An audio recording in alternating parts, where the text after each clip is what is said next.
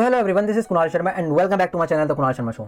आज हम बात करने वाले हैं इजराइल और पैलेस्टीन की। हम वो बात नहीं करेंगे जो सब लोग कर रहे हैं कि इजराइल सही है या पैलेस्टीन सही है या इजराइल गलत है पैलेस्टीन गलत है। किसी भी कंक्लूजन के ऊपर आने के लिए ना हमें पहले चीज़ों की हिस्ट्री पता होनी चाहिए कि बैक चीज़ में क्या हुआ था, हिस्ट्री में क्या हुआ था ऐसा जो आज के कॉन्फ्लिक्ट हो रहे हैं। तो इसी बारे में जानने के लिए आज हम पता करेंगे कि इजराइल की हिस्ट्री क्या है, या ज्यूज की हिस्ट्री क्या है, या मुस्लिम्स की हिस्ट्री क्या है। So let's start the video.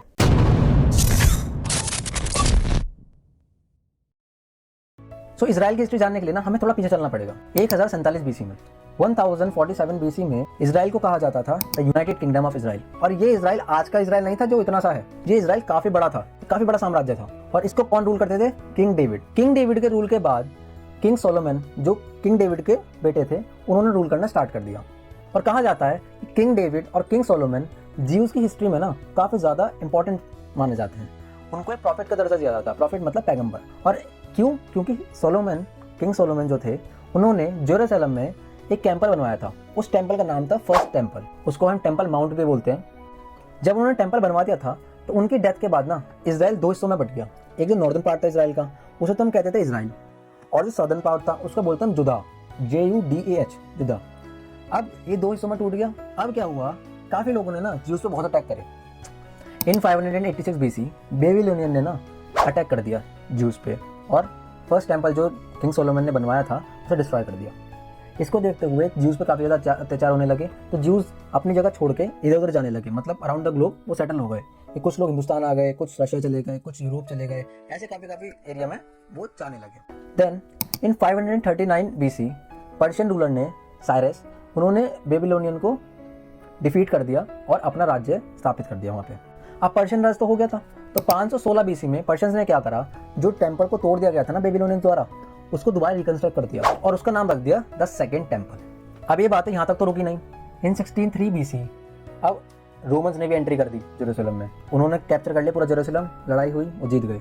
तो उस टाइम पे किंग थे जूलियस सीजस। उन्होंने जुडाइज्म को एक लीगलाइज्ड, एक अथोराइज्ड बोल दिया कि भाई ये भी एक धर्म है, ठीक है, इसको भी एक मान्यता दी जाए। जब रोमन्स ने जुडाइज्म लीगलाइज कर लिया था तो 40 BC में रोमन्स ने कहा कि जुड़ा जो साउदर्न वाला पार्ट था इजराइल का, जो दो हिस्सों में टूट गया था, उसको हम रोमन्स की प्रोविंस में रखेंगे। इन द सेंस जैसे हमारे ब्रिटिशर्स ने करा था हमारे हिंदुस्तान में कि राज तो ब्रिटिशर्स का होगा बट स्टेट के अंदर जो किंग थे वो भी रूल कर सकेंगे। ऐसा ही कुछ इजराइल में होने लगा। जो जुड़ा वाला पार्ट था, जो साउदर्न वाला पार्ट था, अब उसमें भी क्या हुआ कि जो ज्यूज के राजा बने वो बने थे किंग हेरोड। अब किंग हेरोड वैसे तो किंग थे, बट अगर कोई भी लीगलाइज चीज़ होनी थी या फिर कुछ चेंजेस होना था या कुछ भी होना था, वो किसके अंडर में काम करते थे? रोमन एम्पायर के। तो वो रोमन्स के अंडर में काम करते हुए किंग थे जुड़ा के। किंग हेरोड ने काफ़ी सारे अच्छे काम करे। मतलब उन्होंने एक तो कंस्ट्रक्शन बहुत ज़्यादा कराई पूरे किंगडम में, अपने जो राज्य था। उसके बाद उन्होंने सेकंड टेंपल जो टूट गया था थोड़ा बहुत बनाया था, बट वो इतना सुंदर नहीं करा था, उसके अंदर और रिकंस्ट्रक्शन करके एक और ज़्यादा सुंदर बना दिया था उसको। तो उसी दौरान कुछ टाइम बाद जीसस क्राइस्ट का जन्म हुआ। जीसस क्राइस्ट का जन्म हुआ था हेरोड किंगडम के एम्पायर में। और कहा जाता है कि उनका जन्म 4 BC में हुआ था, या फिर हम उसको 0 AD भी बोलते हैं। उनका जन्म हुआ था बेथलेहम में। जेरूसलम जो हमारा एरिया है उसके जो सदर्न पार्ट में एक सिटी थी बेथलेहम। बेथलेहम में इनका जन्म हुआ था। लेकिन जब वो बचपन में, जब उनका जन्म हो गया था तो उनको टेंपल माउंट ले जाया गया था। जैसे हमारी प्रथा होती है कि बच्चों को आशीर्वाद देने के लिए लिया जाता है भगवान का, ऐसे वो टेंपल माउंट लेके गए थे। तो उनका जो बचपना भी था वो भी चला नजरत में। नजरत कहाँ पे जगह है? नजरत है जेरूसलम के थोड़ा अपर साइड में, मतलब नॉर्थ के साइड में एक जगह है। अब कहा जाता है कि जीसस क्राइस्ट थोड़ी सी अलग विचारधारा के इंसान थे। विचारधारा के मतलब वो ज्यूज का चीज़ थी ना, जो एक प्रथा चलती आ रही थी, वो थोड़ा सा उससे अलग सोचते थे। कुछ लोगों को फिर वो बाद में टीचिंग देने लगे। उनको क्या, और लोग थे वो उनकी बात से प्रभावित हो गए। तो इसी तरीके से देखते हुए जीसस क्राइस्ट की जो मान्य थे या फॉलोवर्स थे वो ज़्यादा बढ़ते चले गए। जब कुछ टाइम बाद जीसस क्राइस्ट जेरूसलम में आए तो जीसस क्राइस्ट को खुद नहीं पता था कि इतनी ज़्यादा लोग उनको समर्थन में खड़े हैं या उनके लिए उनको फॉलो करते हैं। ये चीज़ जो जेरूसलम के जो टॉप लीडर्स थे उनको बहुत ज़्यादा खटकी। कैसे? उनको लगा कि अगर इसकी फॉलोइंग इतनी बढ़ रही है, ठीक है, फिर हमारी वैल्यू कम होती रहेगी। अगर जीसस क्राइस्ट की क्रिश्चियनिटी वाला जो अलग डोमेन इन्होंने बनाया है या फिर अलग टीचिंग है इनके, अगर ज़्यादा स्प्रेड हो गई तो जो लोग हमें वैल्यू देते हैं वो हमें वैल्यू नहीं देंगे। इस चीज़ से कुछ लोग बहुत ज़्यादा इफेक्ट हो गए थे, उनको बहुत जगह मिल गई थी, तरीके से कह सकते हैं। इसी को देखते हुए एक दिन फ्राइडे को उनको अरेस्ट कर लिया गया। अब कहा जाता है कि फ्राइडे को अरेस्ट करने के बाद कुछ लोग उनके फेवर में थे, कुछ अपोजिट में थे। बट एट द एंड उन्होंने कुछ ना कुछ चाल चल के मृत्युदंड उनको दिलवा दिया। अब रोमन किंगडम के अंदर जब मृत्युदंड दिला दिया तो रोमन्स के अंदर क्या होता है कि जब किसी को भी असाइन हो जाती है, मृत्युदंड दिया जाता है, तो उसको एक क्रॉस के डंडे पे लटकाया जाता है। उसमें क्या दोनों हाथों में कीली गाड़ दी जाती है और दोनों पैरों में, जिससे कोई गिर तो सके ना, बस खून बह गया, कुछ टाइम बाद वो वैसी मृत्यु हो जाए उसकी। अब जीसस क्राइस्ट की मृत्यु तो हो गई थी, उनकी डेथ हो गई, लेकिन इसके बाद ना कुछ चीज़ें ऐसी हैं जो हमको पता होनी चाहिए। जैसे church of nativity. Church of nativity वो जगह थी जहाँ जीसस क्राइस्ट का जन्म हुआ था। एक है माउंट जियोन। माउंट जियोन वो जगह थी या वो पहाड़ था जहाँ पे जब फ्राइडे को उनको अरेस्ट करा गया था, तो थर्सडे इवनिंग में उन्होंने जब खाना खाया था ना अपने फ्रेंड्स और फैमिली के साथ, वो पर्टिकुलर जगह थी माउंट जियोन। उसको भी बहुत पवित्र माना गया है। और सबसे इंपॉर्टेंट जो कहा जाता है क्रिश्चियनिटी में इंपॉर्टेंट हॉली जगह है, वो है चर्च ऑफ होली सेपल्चर, जहाँ पे जीसस क्राइस्ट को हैंग करा गया था, कीले गाड़ी गई थी और वहीं पे उनकी जो दफना दिया गया था। ये है चर्च ऑफ होली सेपल्चर। ये बहुत ज़्यादा मान्यता में रहता है, जीसस क्राइस्ट की याद में क्रिश्चियंस इसको बहुत ज़्यादा फॉलो करते हैं। तो इस तरीके से कहीं ना कहीं जेरूसलम में जीसस की भी एक वैल्यू थी, तो दिस मीन्स क्रिश्चियनिटी भी बहुत वैल्यू रखती है और ज्यूज की बहुत वैल्यू थी, क्योंकि वो टेंपल माउंट बना हुआ था वहाँ पे, फर्स्ट टेंपल सेकंड टेंपल बना था। अब ऐसा क्रिश्चियनिटी इतनी पॉपुलर नहीं हो पाई, क्योंकि जब उन्होंने टीचिंग देना स्टार्ट ही करा था, बट उस टाइम के बाद उनकी डेथ हो गई तो एक थोड़ा शांत हो गया था। सो चीज़ें चेंज तब हुई जब 70 AD में टाइटस जो कमांडर थे रोमन एम्पायर में, वो बाद में किंग भी बने। उन्होंने क्या करा, ज्यूज को बहुत ज़्यादा नरसंहार करना स्टार्ट कर दिया, बहुत ज़्यादा टॉर्चर करने लगे ज्यूज को, यहूदियों को बहुत ज़्यादा टॉर्चर करने लगे और जो टेंपल माउंट में सेकंड टेंपल था उसको पूरी तरीके से डिस्ट्रॉय कर दिया। उसके बाद 135 AD में 135 AD में ज्यूज को पहली बात तो एक्सपेल कर दिया रोमन से, एम्पायर से, मतलब उनको देश निकाला दे दिया कि तुम बाहर रहो, यहाँ पे नहीं रहोगे। दूसरी चीज़ क्या करी इन्होंने, जो इजराइल का नाम था ना, या जुदा जो नाम था, इन्होंने उसे पैलेस्टीन कर दिया। जैसे हम इंग्लिश में तो पैलेस्टाइन बोलते हैं और अरेबिया में बोलते हैं फिलिस्तीन, तो अब इजराइल का नाम हो गया पैलेस्टाइन या फिलिस्तीन। उसके बाद 306 AD में क्रिश्चियनिटी को फॉलो करने लगे कॉन्टेस्टाइन, जो उस टाइम के किंग थे। वो बहुत ज़्यादा इन्फ्लुएंस हो गए थे क्रिश्चियनिटी से, और जब कॉन्टेस्टाइन जैसे राजा ने क्रिश्चियनिटी अपना ली और रोमन में भी स्टेट ऑफ रिलीजन क्रिश्चियनिटी को घोषित कर दिया, तो क्रिश्चियनिटी ना और ज़्यादा पॉपुलर हो गई और लोगों ने उसको अपनाना शुरू कर दिया और लोग इन्फ्लुएंस होने लगे, तो क्रिश्चियनिटी को एक ग्रोथ मिल गई इसके बाद। अब इस टाइम पे क्या था, उसके बाद भी ज्यूज को बिल्कुल भी रहने दिया नहीं जा रहा था, उनको बिल्कुल मना कर दिया था कि यहाँ पे नहीं रहोगे आप, उनको भगाया जा रहा था, उनको मारा जा रहा था इस टाइम पे, क्योंकि एक कहीं ना कहीं उनको नफरत थी कि उन्होंने जीसस क्राइस्ट को सूली पर चढ़ाया था।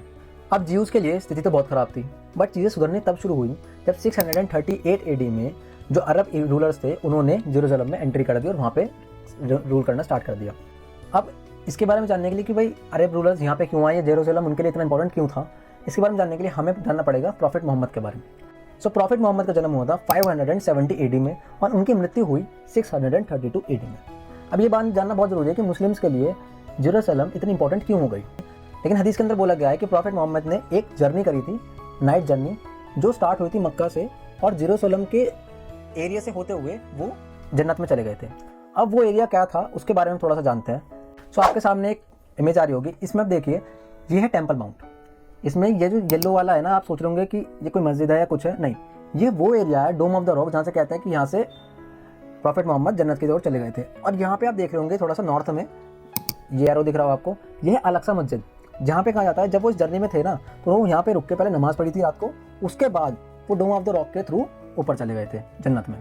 अब इसके बारे में, डोम ऑफ द रॉक के बारे में आप छोटी सी जगह देख रहे होंगे, इसे बोलते हैं डोम ऑफ चेन।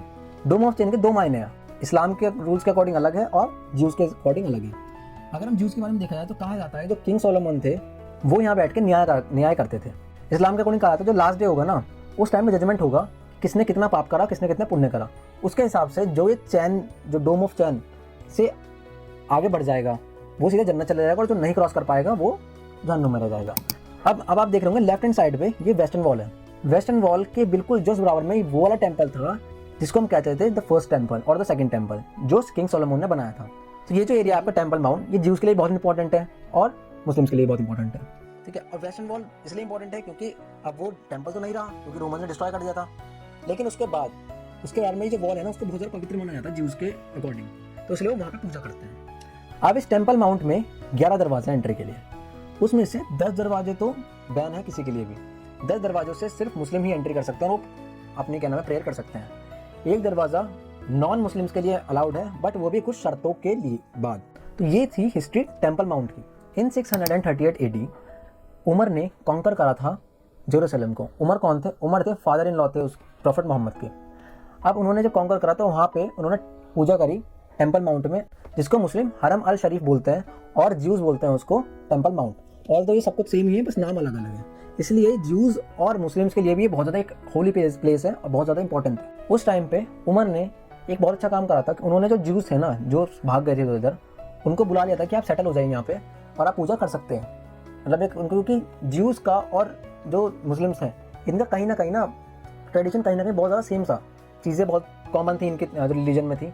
तो इसी वजह से ये दोनों अपने आप को थोड़ा एक जैसा मानते थे, अलग अलग नहीं मानते थे। अब 516 AD में ऑटोमन एम्पायर ने जेरूसलम पे रूल करा, जीत लिया वहाँ पे। अब ऑटोमन एम्पायर ने सिटी को रिकंस्ट्रक्ट करा और 4 हिस्सों में डिवाइड कर दिया। डिवाइड करने का मतलब क्या, रीज़न क्या था, क्या क्यों ज़रूरी था? क्योंकि वहाँ पे ना जेरूसलम में 4 अलग अलग चीज़ें हो गई थी, अलग अलग रिलीजन हो गए थे और उनको संभालना एक इंपॉर्टेंट चीज़ थी और वो करना आसान भी नहीं था। टेम्पल माउंट 2 हिस्सों में था। 2 हिस्सों में इन द सेंस कि एक तो एरिया था जो मुस्लिम के अंडर में था, जहाँ पे इनका डोम ऑफ द रॉक था, ठीक है, अलेक्सा मस्जिद थी, या फिर डोम ऑफ द चेन था। एक एरिया हो गया। एक था जो ज्यूज के लिए था, ज्यूज के लिए, जिसको हम कहते हैं वेस्टर्न वॉल। इसके पीछे टेम्पल, फर्स्ट टेम्पल बना था, तो एक उनके लिए बना। तो एक तो क्वार्टर डिवाइड कर दिया मुस्लिम क्वार्टर और एक कर दिया ज्यूज क्वार्टर। उसी के बराबर में थोड़ी सी दूर जाएंगे तो वहाँ पे है चर्च ऑफ होली सेपल्चर, मतलब जहाँ पे जीसस क्राइस्ट को मारा गया था और उनकी दफन कर दिया गया था उनको उस जगह पर। तो वहाँ पे चर्च बना हुआ है, तो ये क्रिश्चियंस के लिए इंपॉर्टेंट था, तो वहाँ पे एक अलग क्वार्टर क्रिश्चियंस के लिए दे दिया और फिर एक क्वार्टर दे दिया अर्मेनियन के लिए। ऑलमोस्ट क्रिश्चियनिटी और अर्मेनियन ऑलमोस्ट सेम ही है, क्योंकि जीसस क्राइस्ट को कहीं ना कहीं फॉलो करते हैं दोनों। तो ये जो माउंट जियोन, जहाँ पे क्या नाम है, जीसस क्राइस्ट ने आखिरी बार खाना खाया था थर्सडे नाइट को, उनको गिरफ्तार करने से पहले, तो ये एरिया अर्मेनियन को दे दिया, अर्मेनियन क्वार्टर बोला गया।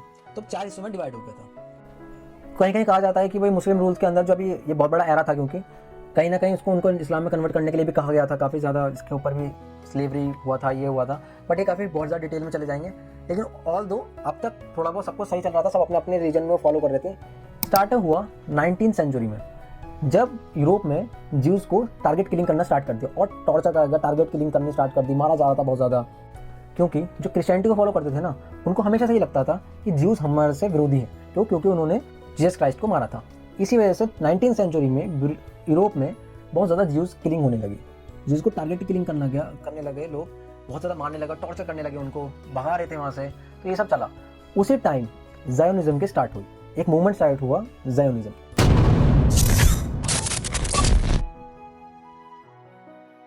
ज़ायोनिज्म मूवमेंट में क्या था, वो लोग कह रहे थे कि हमें एक पर्टिकुलर स्टेट या कंट्री चाहिए जहाँ पे हम सिक्योर फील कर सके। अब उन्होंने सोचा ये सबसे अच्छे कहाँ पे होगा, ये होगा हमारे होमलैंड में। होमलैंड इन द सेंस कि जहाँ पे हम पहले रहा करते थे। अब कहने को तो ये 100% श्योर भी नहीं है, ठीक भी नहीं है कि आप बिल्कुल पहले रहते तो वहीं रहोगे, बट उनके पास कोई ऑप्शन नहीं था। सब जगह उनको हेट मिल रही थी। कहीं ना कहीं मुस्लिम किंगडम था, वहाँ पे भी कहीं ना कहीं उनके ऊपर ज़्यादा अत्याचार होने लगे थे। सब किंग ने नहीं करा, बट कुछ जगह इसके बारे में बताया गया है। उनको लगा कि यार अपना होमलैंड जो था पैलेस्टीन के अंदर जो एरिया है हमारा, हम वहाँ पे जाते हैं और वहाँ पे रहने लगा। अब ज़ायोनिज्म की स्टार्ट हो गई थी और फर्स्ट अलिया चालू हो गया। अलिया मतलब एक लहर इन द सेंस कि वेव, मतलब पहली वेव में इतने लोग जाएंगे या फिर इतने लोग हम लोग जा रहे हैं।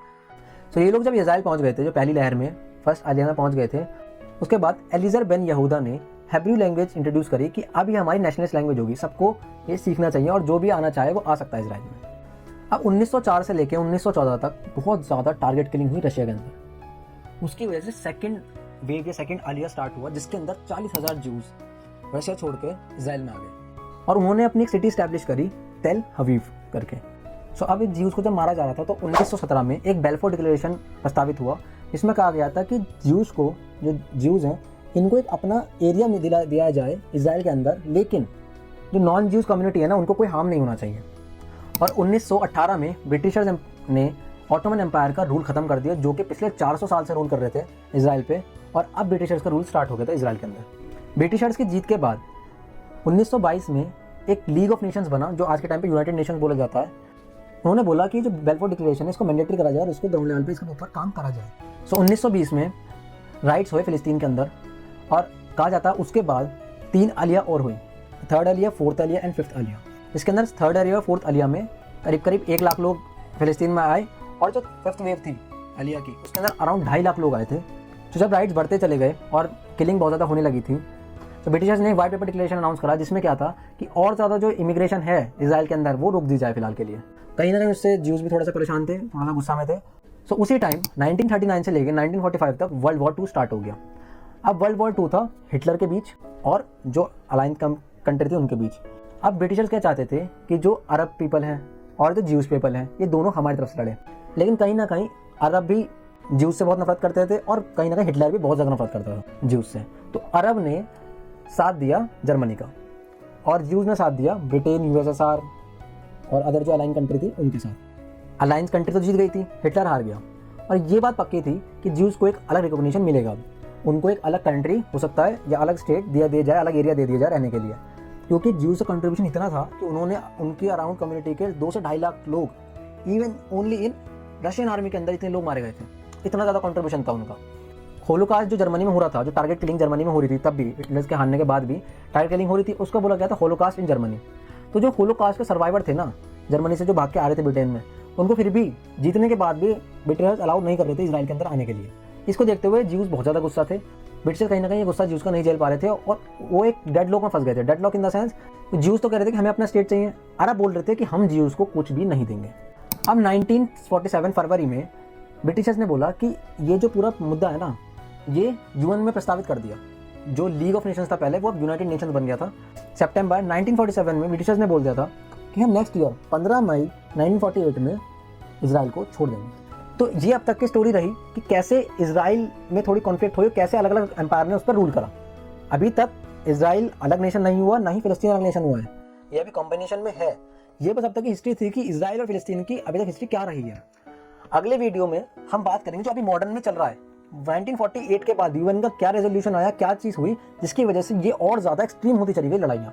और अगर आपको ये वीडियो अच्छी लगे, कुछ इन्फॉर्मेशन लगा हो, तो do like, share and subscribe channel, और उन सभी अपने दोस्तों को भी भेजिए जिसको इसके बारे में नहीं पता और वो कहीं ना कहीं एक मिस कंसेप्शन की वजह से ना गलत डिसीजन या गलत थॉट बना रहे हैं कि भाई इसकी वजह से ऐसा हुआ, उसकी वजह से ऐसा हुआ। सच्चाई सबको पता होनी चाहिए। Thank you very much for watching the video.